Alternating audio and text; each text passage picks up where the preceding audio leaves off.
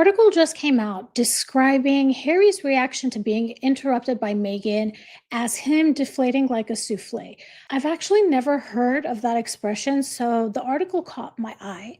In this video, what we're going to do is we're going to go through this article. I'm going to show you the video clips of Meghan interrupting Harry, and then I'm going to end with Meghan's word salad of a speech. We're going to talk about why it's such a manipulative way of speaking. So let's get into all of this, but before we begin, here's the intro. Welcome to Revealing the Narc. Join me as I highlight narcissistic traits in celebrities and public figures. Everything here is in my opinion and not professional advice. If you enjoy the analysis, please like and subscribe. The article we're going to go through today was published in the Daily Mail, and it's titled, How Prince Harry Collapses Like a Soufflé as Meghan Interrupts Him Multiple Times. A body language expert has revealed that Prince Harry collapsed like a souffle after Meghan continuously interrupted him during an interview. As always, the body language expert is Judy James, and as always, I am in a respectful disagreement with her with what she says. Well, the way she is gauging Harry's reaction, I think, is accurate, but there's just so much she says that is plain and simply wrong, in my opinion. The article goes on to describe where this moment is taking place. It was at a visit to a school called the Marcy Lab in New York City to promote education and mental health. This visit was in October of 2023, so about 2 years ago now, and 3 years after Megxit had happened. The article describes that the Marcy Lab School aims to prepare young adults of color for rewarding wealth-generating careers in the tech sector within just 1 year of education. It has previously been touted as an alternative to college. So this really got my attention. So I went to the Marcy Lab School website, and this is what it looks like when you jump on the page. It's in New York City, and it talks about how it's an employment and training coalition. And their mission statement is really positive. To me, it seems very, very positive. It says that it's for students aged 18 to 24, and they can participate in a software engineering fellowship, and that can prep them for a full-time career in software engineering. And then look at that bottom paragraph. Each fellow is matched with a mentor and begins the foundation of their professional network and community. The program is entirely tuition free. Just based on what I'm reading here, I haven't looked at any reviews of the school or anything like that. This sounds like it's a great opportunity for students. I hope that they operate as they're saying here on their website, and I hope that there are other schools like this that young adults have access to. Let's continue the article. It says, in the clip, the Duchess of Sussex can be seen repeatedly talking about the importance of education, while Harry struggles to get a word in edgewise before giving up and letting Meghan speak. As an aside, I always thought it was edgewise, W-I-S-E, but here it's spelled edgeways. Let me know in the comments which one you've seen. I'm pretty sure it's edgewise. I transcribed that part of the video that's shown on the Daily Mail website where Harry deflates like a souffle. And what Meghan jumps in saying is, it's education, right? It's education. So she's not really adding a lot of value to the conversation. And every time she's saying it's education, she was interrupting Harry. So the first time she interrupts Harry, she says, it's education, right? Then Harry continues talking, and then again she says, it's education. And that's pretty much when Harry gave up on speaking. The article continues and says, speaking to the Daily Mail, body language expert Judy James claims that Meghan's behavior here is one of the biggest causes of public rows or bickering between couples. I can agree here with Judy. I also would get frustrated if I'm trying to have a conversation, or I'm trying to contribute to the group, and I'm consistently cut off by my partner or my spouse. And in fact, Meghan does this all the time to Harry, the most recent one being during the trailer for that Disney 70th anniversary special. I'm going to put those clips here where you see Meghan interrupting Harry, not letting him speak. And I do want to mention that this trailer was released, I think it was almost 2 minutes long. The only parts that show Harry and Meghan involve Harry being the one that is speaking more, and Meghan keeps interrupting him.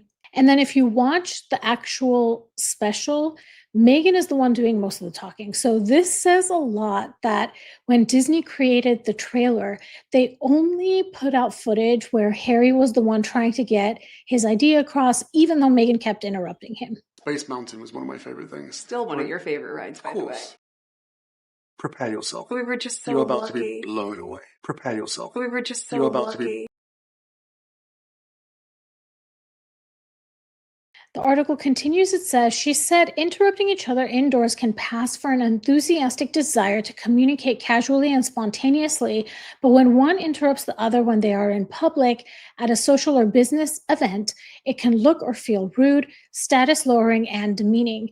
It seems like Judy James speaks in word salad as well, because I'm sure there was a much easier way of framing this.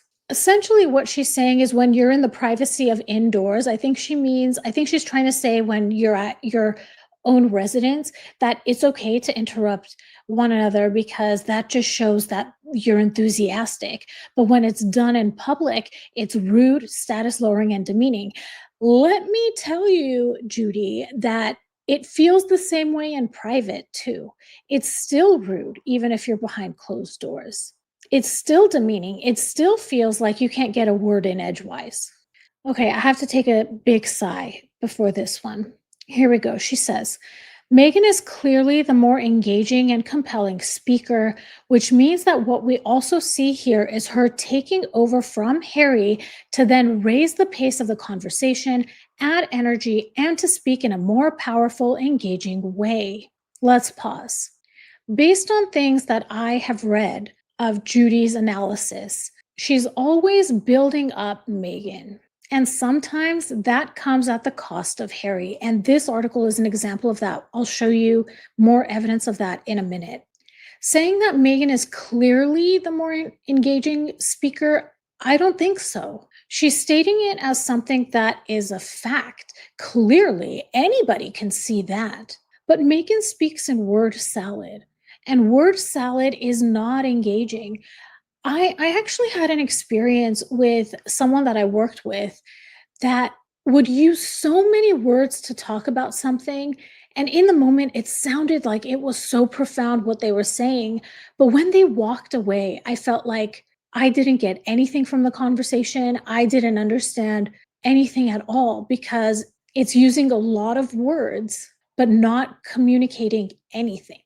I think I need to do a video about this, about narcissists and word salad. I'm not saying that that person that I was speaking to was a narcissist. I think sometimes people speak like this to try to seem like they know more than they know, or when they don't know the answer to something, they don't want to admit that they don't know the answer. So they just throw out a lot of words and confuse you.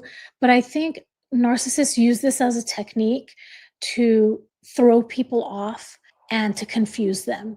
Let me know in the comments if you would be interested in a video about how word salad can be used to manipulate people. The article continues and says, this can feel like a criticism to the person being interrupted. She also jumps in with her choice of high impact summarizing word, education, which makes it sound as though Harry's words lack clarity. They're at a school. Of course, they're talking about education. That's not a high impact word. That's not a summarizing word. Oh my goodness. You can see Judy's bias here. If I were to use some high impact words talking about that school, it would be efficient, accessible, high value, training, real world. This brings me to a point that it's really important that when we're reading articles to recognize the bias of the person, and they can't help the majority of the time letting it seep through. And I mean, we 100% see Judy's bias here. The article continues and says, however, as Judy points out, the changes in body language during these interruptions are very visible. Harry is very active as he speaks and more in charge of the messaging. He digs into his points with emphatic hand gestures, using two clawed hands to make them. His nonverbal showboating here gets to the point where he is smiling and with his head turned away from Meghan in full flow. I think in this passage, what we're seeing is that Judy is giving Harry backhanded compliments. This phrase using to clawed and saying showboating, these are not positive ways to describe someone when they're speaking. The entire premise of this article is to show how Harry deflates when Meghan is interrupting him. And in my opinion, because of her bias, she has a hard time doing that. So she has to lift Meghan, and in order to do that, she has to deflate Harry. It actually gets worse in a little bit. I think what we are seeing here is Judy's trying to change the narrative as best as she can to show Meghan in a positive light when ultimately the entire point of this article and this video clip is to show that Meghan interrupts Harry and he ultimately resigns into silence. The article continues and says she gives him no opportunity to accept, reject, or even plan for her interruption. He is just left in a truncated pose. Here, Harry copes by looking up with an eyelid flutter and what looks like a micro grimace, which could look to her like a ritual of assessment or even disagreement. Let's watch that clip now. Right. It's education. Right. It's education. So Harry was in the middle of talking and Meghan jumps in, and this is the first time that she interrupts him. The article continues and says to keep attention on herself, Meghan then performs a wide, gracious smile at their audience. I don't see a wide, gracious smile. I actually see a forced smile. It actually reminds me of this moment from 2018, where the smile is almost asking permission, but it's not a sincere asking of permission. They were going to go ahead anyways. The article then continues and says Harry is then interrupted by Meghan again, and this is when the prince appears to detach from the conversation. Judy said, in the second interruption, we can see his body language collapse like a soufflé, and she holds her hands out to speak while he is in mid-flow again as she takes over with her dominant word, education. Let's watch that second clip. And it's at this point that I feel Harry has completely resigned from the conversation. He's given up. He's not even going to try to talk because Meghan has, in full force, taken over and dominated. It's education, and I think all of us can stand behind the value and the importance of education. It's education, and I think all of us can stand behind the value and the importance of education.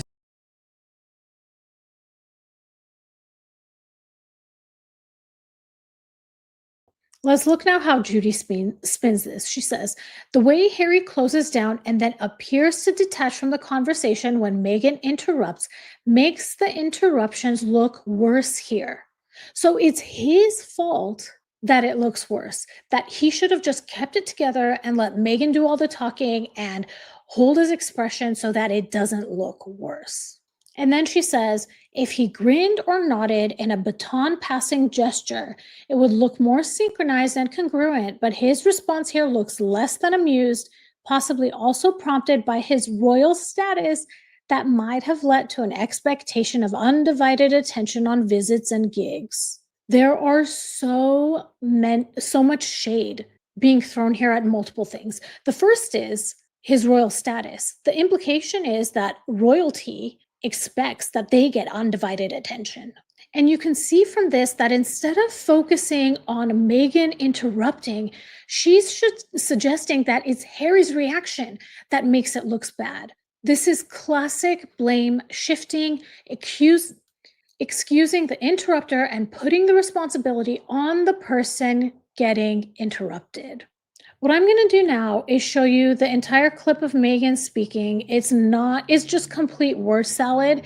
And then I'm going to go into 5 ways that what she's saying and the way she's saying it is manipulative. So let's watch that clip now. It's education, and I think all of us can stand behind the value and the importance of education, especially having access to it. But the access to it and what it is can now come in different shapes and forms, and you can still show up in the world in such a strong and valuable way. Even if you don't take the more traditional route, you're still taking a route of education that is going to be additive. That's the piece that's so powerful about the work. That was so bad, right? It's complete word salad. So let's talk about what she said and how she said it was manipulative.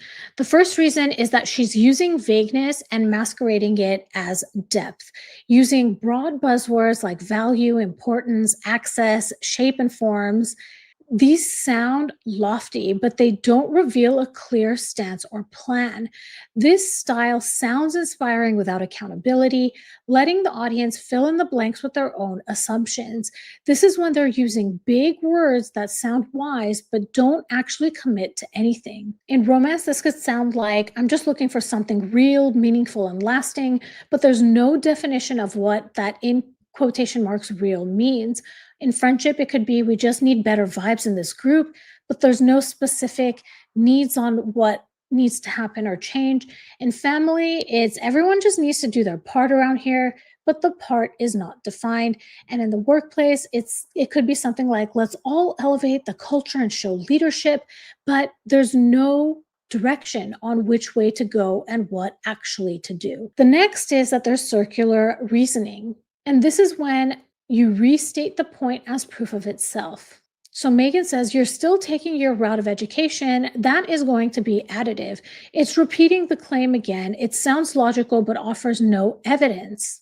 In romance, this could sound like, if you really loved me, you'd understand. And if you don't, it proves you don't love me. In friendship, it could be, I'm a good friend because I've always been a good friend. In family, it's, I'm the parent, so I know best. And because I know best, you should listen to me. In the workplace, it could sound like, this is the right process because it's how we've always done it. And we've always done it this way because it's the right process. The third is that language is being used that taps into emotions. So phrases like show up in the world in a strong and valuable way, it aims to spark feelings of worth and belonging rather than offer real substance. It's flattery or guilt to sway emotions instead of using facts. In romance, it could sound like, you're the only one who truly gets me. I don't know what I'd do without you. And what this does is it creates pressure to stay. In friendship, it could be someone who says, if you were a real friend, you'd be there no matter what I ask. In family, after everything I sacrificed for you, you owe me this. In the workplace, it could be, we're all family here. You'll stay late because you care about the team. The next is this use of language that's inclusive but non-specific. Lines like, all of us can stand behind the value. It invites agreement but implies dissenters are wrong or uncaring, making disagreement feel risky. It pulls you in as part of the group because dissent feels like betrayal. In romance, it could sound like we don't need anyone else's approval. It's us against the world. In friendship, we all agree that she's the problem. In family, we always stick together in this family and you don't air dirty laundry. And in the workplace, we're all aligned on this plan, right? That when that phrase is used in the workplace, it's very difficult for someone to stand up and talk about or voice their concerns. And finally, she uses authority by association. Phrases like education is so important. She's borrowing credibility from something that's already respected or admired. In romance, this could sound like my therapist says you overreact. Now, this may or may not be true, but it's the intent behind why it's used, and it's used to shut you down. In friendship, it could be everyone else in the group thinks you're too sensitive, and that is invoking an imaginary consensus. In family, it could be your grandma always said we should listen to me on these things, and now you don't really know how to prove that. And in the workplace, it could be the CEO trusts me on this, so we don't need to debate it. It's using someone else's credibility or some institution's credibility to boost what you are saying. Ultimately, these patterns feel uplifting or reasonable on the surface, but often they leave you unsure of what was actually agreed on. They pressure you to comply to be good, in quotation marks.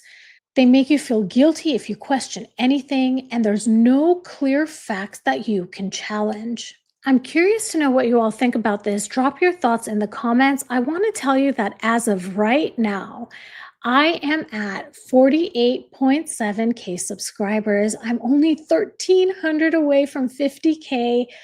I can't, I'm overwhelmed. No, I don't want to say I'm overwhelmed. I'm just so honored. When I started this channel, I never thought that it would get here. But I'm so honored and so thankful and so grateful that people are watching this and finding it valuable. I appreciate you all. I don't take it for granted for a second. I can't wait till we get to 50K, and I'm going to be monitoring it. I'm going to keep you all updated of it, and let's get there soon. Also, if you think that this video could be helpful to anybody, please share it with them. I appreciate you so much. Leaving comments, liking the videos, and sharing them really boosts the algorithm. And what that means essentially is that YouTube sees that people are engaging with the content, that they like watching it, especially if you watch it for a longer period of time. That signals to YouTube that people are interested in seeing the full length video. So all of you, I just want to let you know, I appreciate you all so much. If this was interesting to you, please like and subscribe. Hit that notification bell so you'll know every time I drop a new video. Thank you so much for watching. If you enjoyed this video and you're looking for a meaningful way to support something beyond the screen, I'd love for you to consider making a donation to the National Domestic Violence Hotline in lieu of super chats and super stickers. They provide 24/7 support and resources for people in unsafe or overwhelming situations, whether that's emotional, physical, or just hard to name. Their information is on the screen should you need to contact them, and you'll find the link to donate in the description of this video. Every little bit helps, and it means a lot. Thank you again for watching, and I'll talk to you soon. Bye, everybody.